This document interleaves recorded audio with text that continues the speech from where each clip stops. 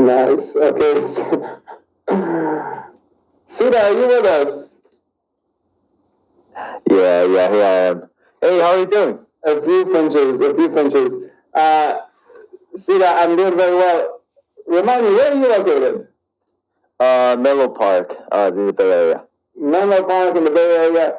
Yep. Join us. We're going to have a nice conference, mini conference, unconference, whatever. It'd be nice to see you there. Yeah, absolutely. We have about 10 minutes, and Thank you. I want to make sure that you have all the time that you need. So take it away, man. Thank you. Appreciate that. Can I bring my slide up? Yeah, thank you. So today we're going to talk about customer-facing analytics. Right now, we're not going to only talk about how to make it fast, but we also want to talk about how to make it not break your data governance, not break your whole data pipeline. Right. So first, let's get started. So first, what is customer-facing analytics? Customer-facing analytics basically directly serving your analytics to your end user. Right. So on the right is a screenshot of our YouTube studio page. You can see the real-time number of views, watch time, and subscribers, for that particular video, right? This is customer-facing analytics right there, right? One characteristic is that it's extremely high stake. It's typically your revenue driver, so your competitive advantage against your competitors, right? Some example industry can be MarTech, fraud detection, and or just in general, external facing dashboards that are powered by OLAP style queries, right? So one characteristic of customer-facing analytics that's different than those like internal-facing analytics is the impossible SLAs, right? So the SLA requirements are really, really high. So you have to get very low latency, even under crazy amount of loads, right? Thousands or sometimes even hundreds of thousands of concurrent users, right? So for some of our users, their QPS number can be somewhere in the thousands, or even to the tens of thousands of QPS, right, for OLAP queries. And there's absolutely no room for error, right? And there are also it's very difficult to do technically, right? So first, your workload changes, right? You don't know when your customer is going to issue a whole bunch of queries, it's going to overwhelm your whole cluster, right? And also you have infrastructure failures because the SLAs for a lot of the customer facing like workloads are so strict that they're even more strict than some of the cloud infrastructure that's running on, right? So if your cloud infrastructure fails,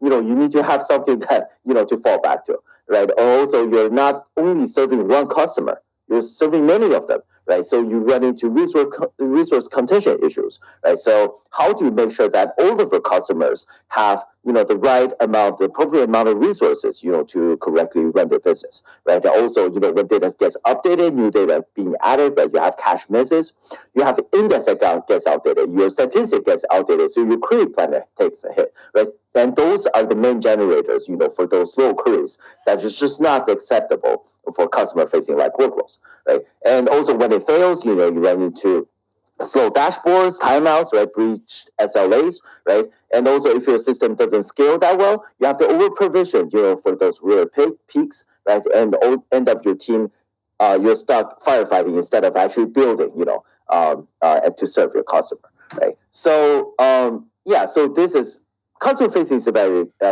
difficult to do, right? And people have been doing customer facing analytics on proprietary system all the time, and they thought proprietary system was the only way, right? And it does solve a lot of the performance challenges, using something like a proprietary data warehouse to directly serve those customer facing like dashboards.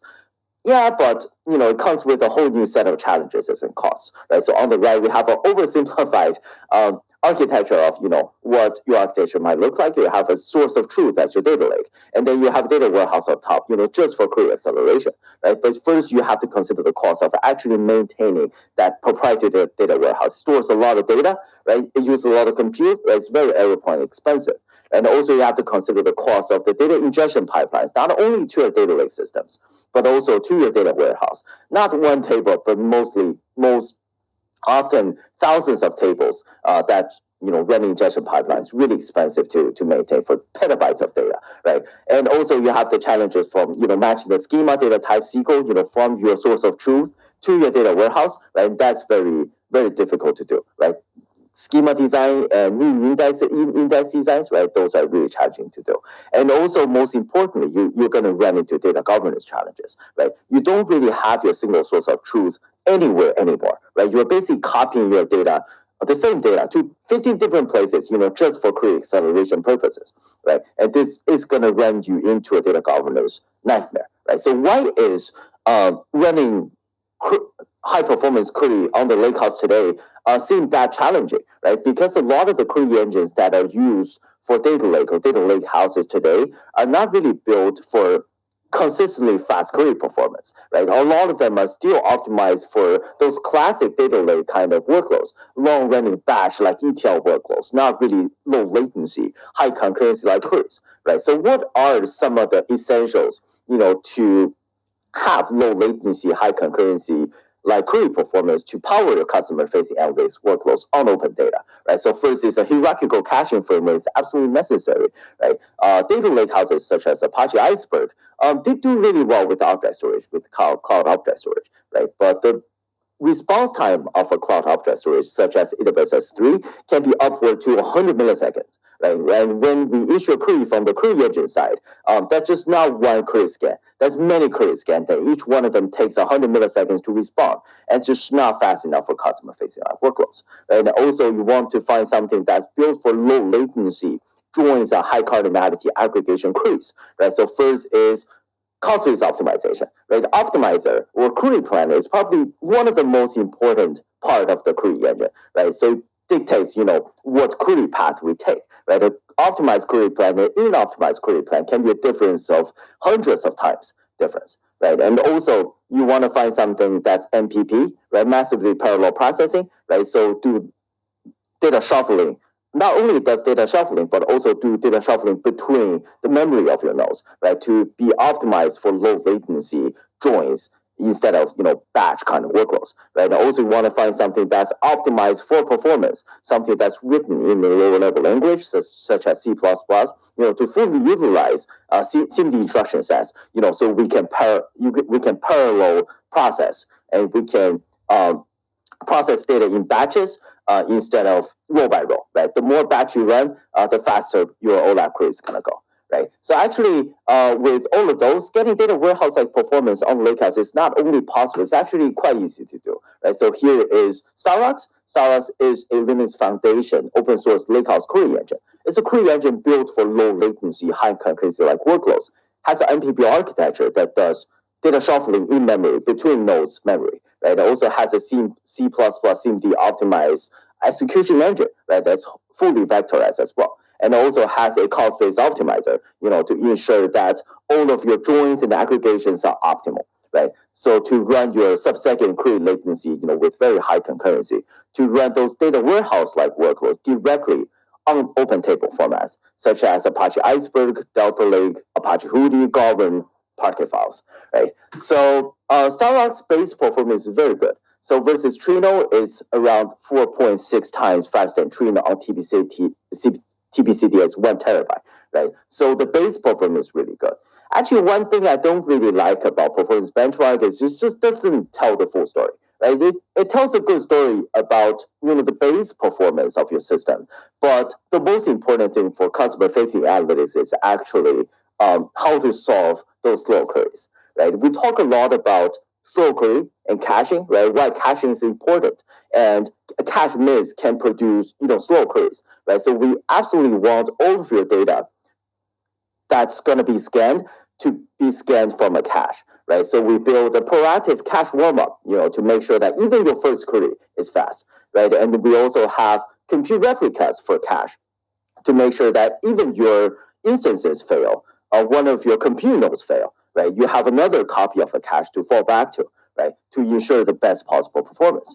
And also segment the ORU to make sure that a single big query scan is not going to invalidate all of your data, hot data in your cache, right? And also low latency on the lakehouse. Statistic collection, low cardinality dictionary, right? Those are data warehouse-like features reporting to open data, to open storage, right? And also smart metadata handling, right? Specifically tailored for each one of the open table formats. For example, your Apache Iceberg metadata, right? When it grows to terabytes, how do you parallel read that metadata? And how do you handle equality deletes? How do you accelerate the merge of the equality delete files and your data files, right? And that's something that actually your query engine can help with a lot, right? And also to ensure query plan stability, to eliminate all of the slow queries. Adaptive parallelism to automatically allocate the right amount of resources, for your kind of workload, right? And query cost prediction to identify and isolate those big queries so they don't affect other kind of queries, your cluster, right? So task retry and phase scheduling, for better fault tolerance as well, right? So here are some examples of customer-facing analytics that are running on open data, on open lakehouses. So first, TRM Labs. TRM Labs is a financial platform, that secures your cryptocurrencies. And this is the Iceberg Summit 2025 talk, right? And they run their customer-facing analytics on 100 terabytes of data that's growing 25 to 45% annually, right? With complex joins and high kinematic aggregations with a 3-second P95 SLA requirement, right? And they were on BigQuery and they were running into performance bottlenecks. And then they moved to Apache Iceberg and they were picking a query engine on top of the Apache Iceberg Lakehouse. They considered Trino, Starrux, and DuckDB, right? And they finally picked Starrux and saw 50% performance improvements in the P95 and 54% reduction in query timeout errors. And the next one is HerdWatch. It's external-facing dashboards for livestock, for cows and goats, right? And before they were running on Athena, on top of Apache Iceberg, then they just grew out of Athena, right? As their business grew and the latency was just too high, bottlenecks, right? And they moved to Starrux and dropped the latency from minutes to around 1 second, right? So they kept their single source of truth on the Apache Iceberg with even simplified governance because no more need to ingest into another data warehouse for performance acceleration and end up getting better performance after all. Okay? This is all I have. If any of that sounds interesting, be sure to join the Starrux Slack channel using that link or the QR code right there. Okay, this is all I have. Do we have any? Sida, just in time. Unfortunately, I don't think we have any time for questions, though, because I do want everybody to show up to the next stage where we're going to do the final trivia and giveaway. And I want to make sure that you have the opportunity to participate in that one as well. Sida, that was excellent. Thank you. Appreciate that. Appreciate it. Thank you. Thanks. See you later. All right, everybody. Let's make our way to the next stage one more time. After this, we're going to be back here with Akash. We're going to have just a single more, just one final talk here on this stage before we go on to a couple of other talks on the other stage. But I'll see you all very soon. Make your way to the trivia and the giveaway. It's going to start in just a moment.